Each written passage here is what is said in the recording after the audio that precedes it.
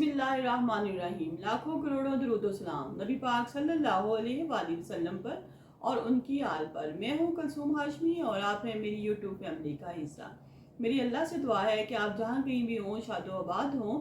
अगर अभी तक आपने मेरे चैनल को सब्सक्राइब नहीं किया, चैनल को सब्सक्राइब करें, लाइक करें, कमेंट्स करें और बेल आइकन का बटन प्रेस करें ताकि आने वाला हर व्लॉग आप तक पहुँच सके। गुनाह कोई करता है नाज़रीन, भुगतना किसी को पड़ता है। हमारे जो ओवरसीजर भाई हैं उनके लिए दिन ब दिन मुश्किलों और परेशानियों में इजाफा होता जा रहा है। वो मुट्ठी भर लोग जो दूसरों को जलील करवाने में लगे हुए हैं। ऐसी ही खबर मक्का मुकरमा से आई है। यहाँ पर बुजुर्ग को देखने के बाद तरस आता है, लेकिन बुजुर्ग जो हफ्ते कर रहा है और जो आदमी उससे बात कर रहा है उसको देखने के बाद भी हम लोग काफ़ी हैरान और परेशान हो जाएंगे। ये बुजुर्ग है, मक्का मुकरमा में बैठा हुआ है और जो आदमी है जो इसके साथ गुफ्तगू कर रहा है वो भी बहुत दुखी दिल के साथ, क्योंकि इस बुजुर्ग को देख के वैसे ही तरस आता है। बहुत दुखी दिल के साथ इसके साथ गुफ्तगू कर रहा है, इससे बात कर रहा है। मैं बात इसको आगे बढ़ाने से पहले चाहूंगी कि आप ये जरा देखें वीडियो, इसके बाद फिर हम इस पे बात करते हैं।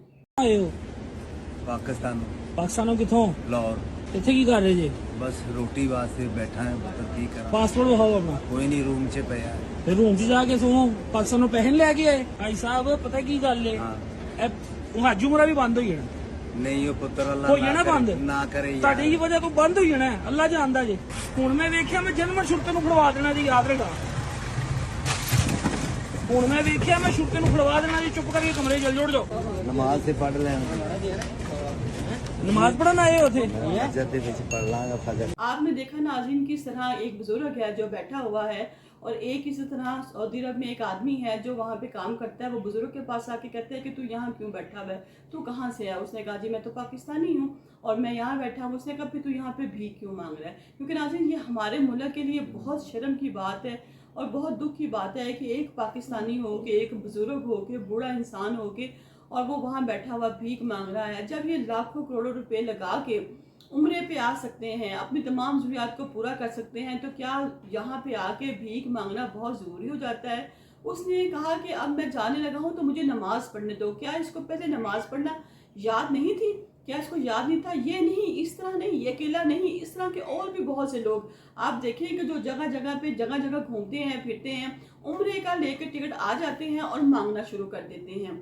इसके अलावा आप देखें कोई अपाहज बन के वहाँ बैठा है, कोई किस तरह बैठा है, किसी से बात करो, पूछो तो कहेगा जी हमारा ये मसला है, हमारा ये मसला है, हम उम्रा करने के लिए आए, हमारे पैसे ख़त्म हो गए, अब हमारे पास वापसी का ये नहीं है, अब हमारे पास खर्च करने के लिए कुछ नहीं है।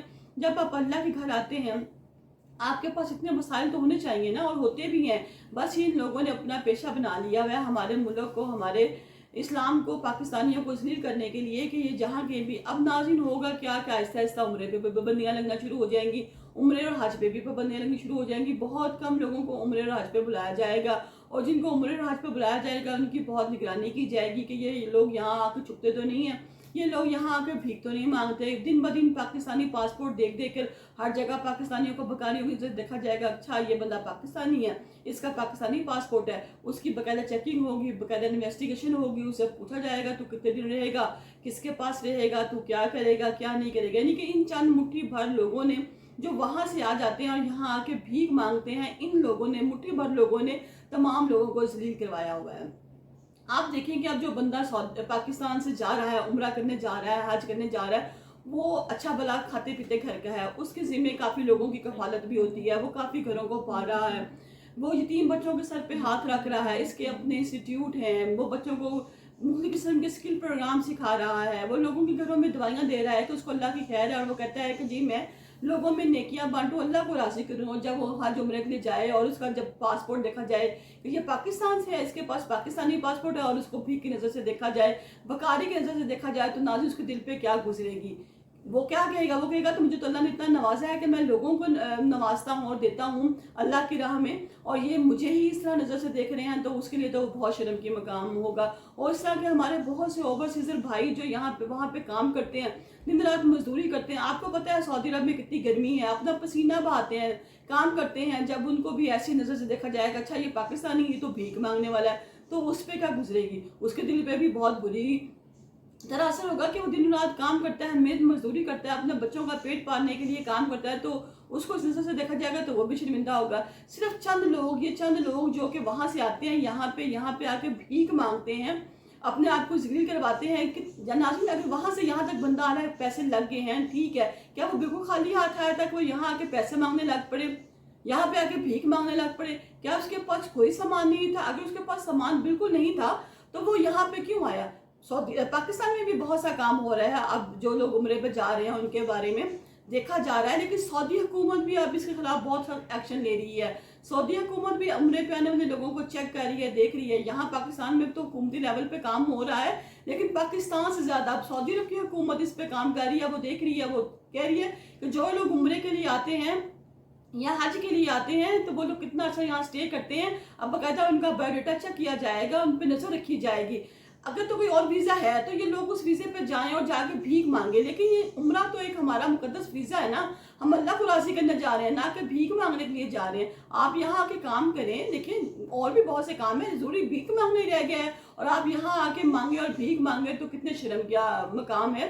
और इसके लिए नाज़रीन चाहिए कि ऐसे लोगों को उम्रे पे बिल्कुल सख्ती से मना कर दिया जाए, जिनके पास कैश ना हो, जिनके पास सहूलियात ना हो, उनके हुलिये को देख के जज किया जाए कि ये आया वहाँ पे उम्रा करने के बाद कोई ऐसा काम तो नहीं करेंगे, क्योंकि बहुत से लोग ऐसे पसंदीदा हैं जो बुजुर्ग से हैं। आप इस बुजुर्ग का चेहरा देख लें, मैं बात को लंबी नहीं करूंगी, मैं यहाँ पे वाइंड अप करती हूँ। आप इस बुजुर्ग का चेहरा देख लें, इस बुजुर्ग के चेहरे पे मेहराब है, ये इसकी दाढ़ी है, और ये साफ सुथरा एक बुजुर्ग है, बैठा हुआ है, हरम के बाहर बैठा हुआ है और भीख मांग रहा है।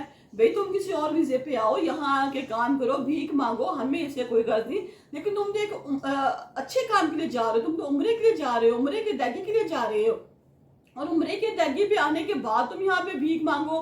भाई तुम किसी और वीज़े पे आओ, यहाँ आके काम करो, भीख मांगो, हमें इससे कोई गर्ज नहीं, लेकिन तुम तो एक अच्छे काम के लिए जा रहे हो, तुम तो उम्रे के लिए जा रहे हो, उम्रे के अदायगी के लिए जा रहे हो, और उम्रे के अदायगी पे आने के बाद तुम यहाँ पे भीख मांगो। और ये कितने अफसोस की बात है, कितने दुख की बात है कि बुजुर्ग इंसान होके क्या, जब तुम अपने घर से आए, वहाँ तुम्हारी औलाद ने, तुम्हारी बीवी ने, जिसने भी तुम्हें अल्लाह ने तौफीक दी, तुमने पैसे जमा किए, तो क्या तुम इतने पैसे जमा नहीं कर सकते कि तुम वहाँ पे बैठ के इज्जत से दो दिन रोटी खा सको?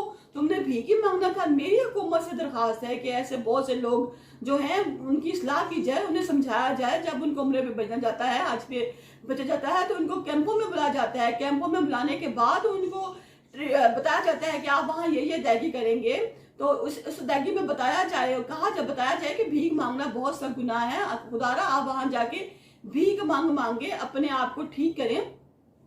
और देखा जाए नाज़रीन, तो ये नमा फिक्रिया हमारे लिए भी है। क्या हमारे मुल्क में अब यही निज़ाम रह गया है?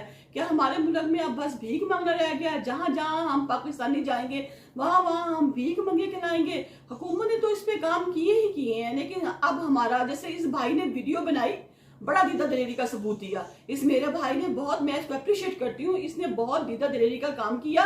अब हम लोगों को चाहिए कि हम लोग भी ऐसे लोगों को देखें, इनकी इस्लाह करें, इनकी वीडियो बनाएं, सोशल मीडिया पे डाल दें, ताकि पता चले बाकी लोगों को जो इस नीयत से जाते हैं किस तरह तो हम पकड़े जाएंगे। उस भाई ने इस बाबे से कहा, बुजुर्ग से कहा कि अगर तुम यहाँ से हिलोगे नहीं तो मैं पुलिस वालों को बुला लूंगा, पुलिस वाला तुम्हें पकड़ लेगा, जब तुम्हें पुलिस वाला पकड़ लेगा फिर तुम जेल में जाओगे। उस वक्त ये बुजुर्ग वहां से हिले। तो as a Pakistani, as a शहरी, हुकूमत के साथ साथ हमारी अपनी भी कोशिश होनी चाहिए कि हम जहाँ पे इन लोगों को देखें, इन लोगों की वीडियो बनाएं, लोगों की इस्लाह करें और उसको सोशल मीडिया पर डाल दें, ताकि उसको देखने के बाद जो बाकी लोग हैं जो इस किस्म की प्लानिंग करते हैं कि हम जाएंगे वहाँ पे ये काम करेंगे, वो अपने इस इक़दाम से बाज आ जाए। हुकूमत के साथ साथ कुछ नाज़रीन हमारी जिम्मेदारियाँ भी हैं जिनको हमारा पूरा करना बहुत ज़रूरी है।